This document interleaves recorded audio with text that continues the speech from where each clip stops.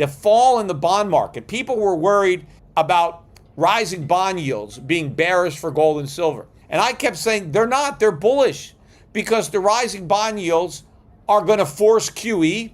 The rising bond yields are going to weaken the economy. They're going to cause bigger budget deficits. And in fact, the reason that bond yields were rising was because of inflation. And it wasn't that higher bond yields were going to be some kind of competition for gold. Like, oh, I better sell my gold so I can get 5% on a 10-year treasury. No, it was just another reason to sell your treasuries, because treasury prices are falling. When yields are rising on treasuries, that means the price of treasuries is going down. That means if you own treasuries, you are losing. So what do you want to do? You want to get rid of your treasuries and you want to buy gold. So a weak bond market is bullish for gold. It's not bearish. And for the exact reasons that we saw today, because the bond market was so weak, that is forcing the Treasury to actually buy those bonds. And that's going to force the Federal Reserve to do the exact same thing. Surging sovereign bond yields are rattling global debt markets as mounting fiscal pressures expose deep structural cracks across paper assets. While mainstream consensus mistakenly views climbing yields as bearish for tangible wealth, escalating borrowing costs actually signal an impending sovereign debt reckoning. Peter Schiff, seasoned economist and prominent financial strategist, asserts that collapsing bond valuations will inevitably force monetary authorities into another aggressive wave of quantitative easing. Rather than competing with bullion, falling Treasury prices reflect runaway deficit spending and entrenched inflation that central planners cannot control. With federal obligations racing past $40 trillion, fiscal policymakers face an inescapable mathematical trap. Central bankers are projected to unleash an unprecedented $20 trillion liquidity bailout to monetize unmanageable debt issuance, which is projected to propel gold toward historic record valuations as institutional wealth flees depreciating fiat currency. Now, we present the clips from Peter Schiff's interview. Before we continue to discuss this, please hit the like button, subscribe to the channel, and ring the bell icon. Thank you and enjoy the video. I know the box that the government is in. They just can't allow rates to rise. And so they're doing whatever they can to push back against the free market. But the free market wants higher interest rates for a reason. And the reason is we have too much debt. And the way you stop too much debt is by making it more expensive to borrow. What the government wants to do is prevent that so they can keep borrowing more. But all that does is make the eventual crisis that much worse, because the bubble gets much bigger than it would have had the market popped it sooner. In fact, popped it a long time ago if it wasn't for government intervention into the market. But anyway, when the FOMC minutes were announced at 2 o'clock, they were actually more hawkish than the markets had expected. And had it not been for the morning announcement, the stock market might have tanked today. The bond market might have gone down. Yields might have gone up, because nobody wanted to cut rates. Everybody was talking about hiking rates. You had the dissenters who wanted to hike rates right away. But the opinion of the FOMC was that inflation is a problem. It's too high, and it's more likely to go up. Now, they were looking for excuses or who they blame the inflation on. Some of them were blaming it on AI. The stock market doesn't cause inflation. AI doesn't cause inflation. The Federal Reserve causes inflation. The government helps the Federal Reserve create inflation by running these big deficits. So the fact that we've got a $40 trillion national debt and that it's rising sharply, because when I did my podcast a few days ago, we were still about 80 billion away or 100 billion, but we moved up quickly. And this is what's causing inflation. And again, it's not the war that's causing inflation. It's the way we pay for the war. It's the deficits that we're running. We didn't raise taxes to pay for the war. We didn't cut other spending to free up resources for the war. We just spent. And so bigger deficits mean more inflation. But the Fed never talks about it. They never talk about these big deficits as a cause of inflation. They never talk about all the money supply and the money they're printing, although they are talking about the balance sheet. And they're talking about a need to shrink the balance sheet. Well, how are they going to do that when the Fed is doing Operation Twist? What, they're going to try to sell back the bonds that the U.S. government is buying? They're not going to be negating what Treasury is doing. Obviously, They're going to coordinate. They're going to work together. So there's no way. But had it not been for this announcement, this could have been a big problem for the markets. In fact, I don't know, maybe the Treasury knew that these FOMC minutes were going to be hawkish, and they had to take the sting out of it before it had a chance to affect the market. So the markets basically shrugged it off. The odds of a rate hike went down, even though the FOMC minutes were more hawkish than expected because of the action of the U.S. Treasury. Now, the market confirms my interpretation, because look at what happened to the price of gold. So yesterday, gold dropped about 80 bucks, closed near the lows of the day. That was probably the worst day gold's had in at least a month, if not more. And, silver was down. Today, gold rallied about $185, closed above 4,500. In fact, last night, gold was down about 20 bucks.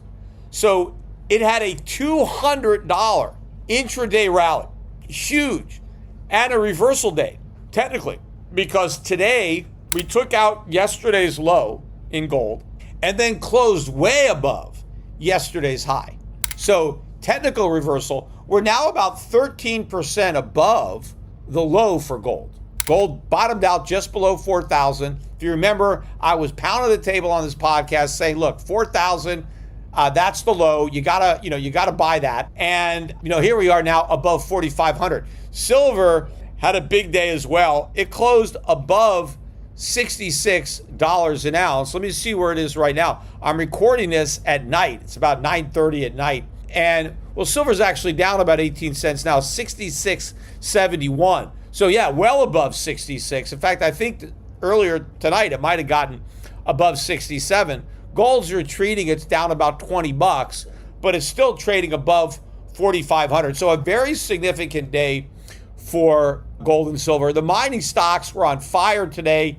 A lot of these stocks are up 7, 8, 9, 10, 11, 12%. I think the GDXJ 8%. Both of those indexes in the last month are up close to 40%. And they're up for the exact reason I said they were going to be up. Gold went down, gold stocks went down because people were fooled by the Kevin Warsh show, by, the whole, dog and pony. Oh yeah, we're going to be tough on inflation. Inflation's going back down to 2%. Like everybody was talking, oh, he's this new sheriff in town. He's Paul Volcker reincarnate. And I was saying, no way, the markets are wrong. He's not going to do this. It's all talk. And I kept saying, look at what the Fed is doing. Don't pay attention to what Warsh is saying. Look at money supply.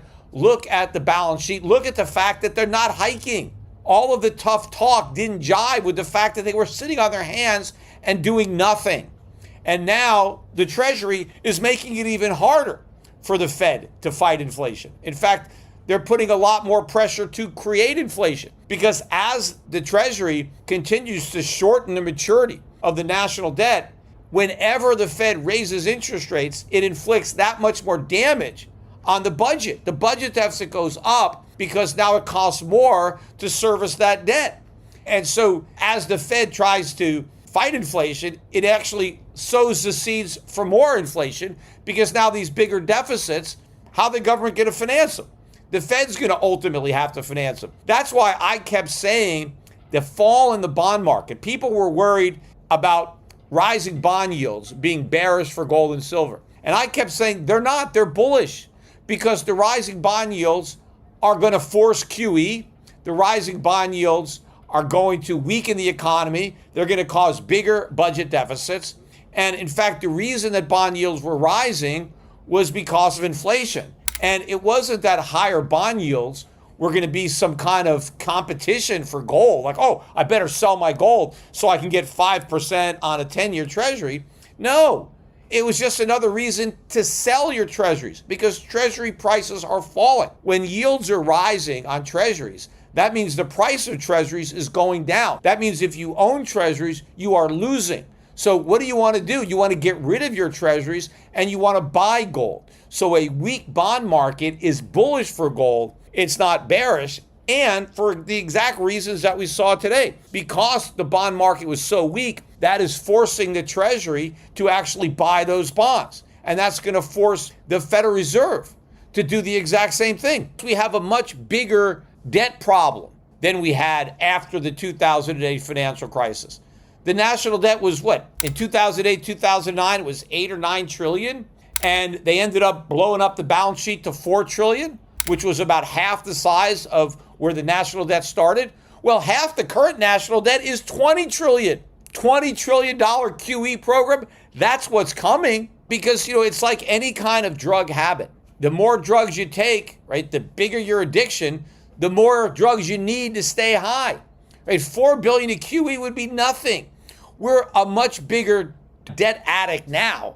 I mean, we're not even going to get any kind of high off of 4 trillion in QE, right? We're going to need a much bigger fix, and it's coming. And the markets haven't even begun to digest what's going to be happening. So in the meantime, look, if you miss the opportunity to buy $4,000 gold, well, $4,500, it's still $1,000 off the highs. Remember, gold got up to $5,500 in February. So it's still $1,000 off sale. You should take advantage of it. Silver also below 67. Silver got above 120. Maybe it was like 125. That wasn't the high, right? It's just the next benchmark that it's going to take out. So it's pretty clear. I mean, it should have been clear before, but now the markets are getting it. Investors are getting it. You're seeing in the markets exactly what I've been saying, and you're seeing the government react the way I said it would react. And the Fed is doing exactly what I said it was going to do. It's talking tough, but acting weak, right? They speak loudly because they have no stick. And even if they had a stick, Treasury just broke it. So you need to act, and you need to act fast. Hey, by the way, I know people were asking in the comments to see a little bit more of my boat. And so I put up a drone video that we took. I wasn't even on the boat. Federal debt management has entered an acute emergency phase as authorities abruptly double long-term bond buybacks from $2 billion to $4 billion, swapping 30-year obligations locked at an average 3.44% coupon for expensive short-term Treasury bills, yielding over 4% drastically compresses the national debt maturity structure, which already sits below 6 years. This reckless Hail Mary mirrors refinancing a low fixed-rate mortgage into an expensive one-year adjustable loan, leaving public finances severely vulnerable to catastrophic rollover risks. This intervention places highly stimulative fiscal actions on a direct collision course with monetary policy. Flooding debt markets while expanding federal deficits severely undermines efforts to curb price increases, creating severe friction across credit markets and leaving policymakers powerless against systemic price instability. Now, let's get back to the interview. What the Treasury announced was that they were now going to be doubling their buyback of long-term treasuries. These are treasury bonds, 20, 30-year maturities. They were buying $2 billion every time they bought, and now they're going to buy $4 billion. Treasuries they're going to buy. And as soon as the announcement came out, the price of gold spiked. In fact, I didn't even know the announcement. I had to look it up. I saw gold moving, saw Bitcoin moving, I saw stock futures moving, and I had to look up the news. I wasn't even sure because remember, I'm here out on vacation, and so I had to just go online and try to figure out what was going on. But a lot of people were calling this QE or QE light. This is not QE. The Fed did not announce anything. This is the Treasury. The Treasury is going to be buying more long-term bonds. But unlike the Fed, the Treasury doesn't have the printing press and can't just create money out of thin air to buy long-term bonds. So where does it get the money? It sells more short-term bonds. So it's financing the debt. It's buying back the previously issued longer-term debt and replacing it with shorter-term debt. Now, why are they doing this? Because this is a very reckless thing to do. First of all, if you look at the average coupon on the debt right now, the longer duration debt, the debt that's going out from 10 years or longer, the average coupon is 3.44%. Why would you want to refinance that? 30-year rates now we're at 5.3. Now they moved down just below 5.2. I think I looked, it was 5.18, and the 10-year is down at 4.6 something. But if you've got all this long-term debt locked up at 3.44, why the hell would you want to refinance that with Treasury bills at 4%. I mean, that'd be like somebody having a straight mortgage. Maybe they got, 25 years left on it. And you got a 3.5% mortgage. Why the hell would you want to pay that off by borrowing more money and getting a 1-year ARM? Nobody would be dumb enough to do that except our government. Now, they're not doing it just because they're dumb. They're doing it because they're scared. This is really a panic move on the part of the government. It's a Hail Mary to try to stop long-term interest rates from rising by announcing that the government is going to buy the bonds that everybody else is selling. Remember, they're basically stepping in front of this trade because the market doesn't want treasuries. The market is selling treasuries, and now the U.S. government has decided that it's going to use taxpayer money, basically, to buy the treasuries that everybody else is selling. Clearly, it's not a smart financial move. So why are they doing it? They are trying to slow down the rate of increase in long-term bonds. But the trade-off is they're shortening the average maturity on the national debt, which is already just under 6 years. And it's going to get a lot shorter as this program expands because it's not going to be enough. This is just the opening bid, right? This is not the end of it. This is more like the beginning. And I've been saying this for a while, that the Treasury was going to up their buybacks. But this also is, going to make it much harder for the Fed to raise short-term interest rates because now the government itself is more vulnerable to the increase because it's having to refinance this short-term debt. So why would they do that? Why would the government trade in long-term debt that they've already locked in these low yields to expose itself to all of this risk? And it's all expedience. They're kicking the can down the road. They're trying to trade some relief from the short-term pain for long-term pain. But the long-term pain is going to come when all this short-term debt matures and it has to be rolled over, or because the Fed is cognizant of that vulnerability, it doesn't raise interest rates. In fact, when people are calling this, again, quantitative easing, it's not, because the Fed is not doing the buying. So the money supply isn't expanding as a result of this, but it will, because as the U.S. government is selling these short-term treasuries, who's going to buy those? I think the Fed is going to end up buying them by actually launching a QE program. And in fact, because the Treasury is not going to be buying enough long-term bonds to stop the rise, I think they'll slow it down a bit, but it's not going to stop it. The Fed is ultimately going to come join the party. So QE is coming. In fact, the Fed is already doing QE. It's just not an official program, but they are going to have to ramp it up. And clearly, they're not going to be able to hike rates. It would put monetary policy at odds with fiscal policy. The fiscal policy is stimulative. They're trying to lower long-term rates. So basically, the government running big deficits and buying treasuries is running an accommodative, highly accommodative fiscal policy, which is complicating the Fed's job of trying to run a tight money policy, because the Fed is worried about inflation being too high.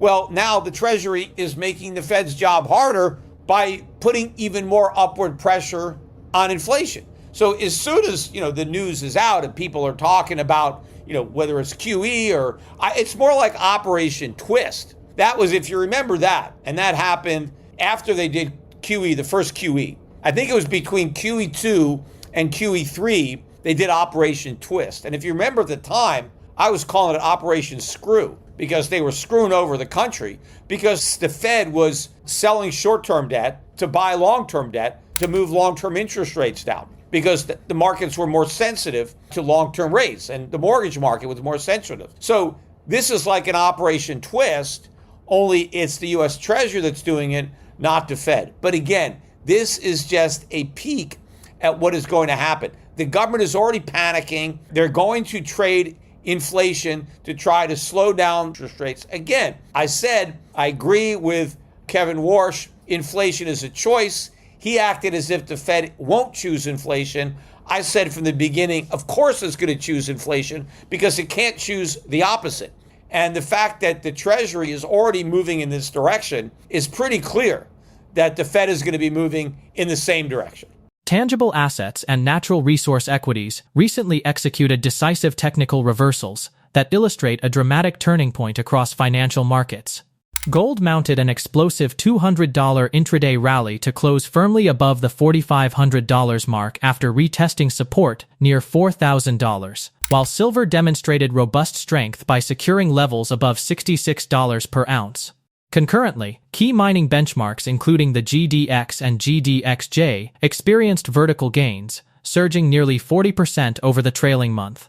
These violent price surges reveal that investors are rapidly waking up to the hollow rhetoric surrounding inflation policy.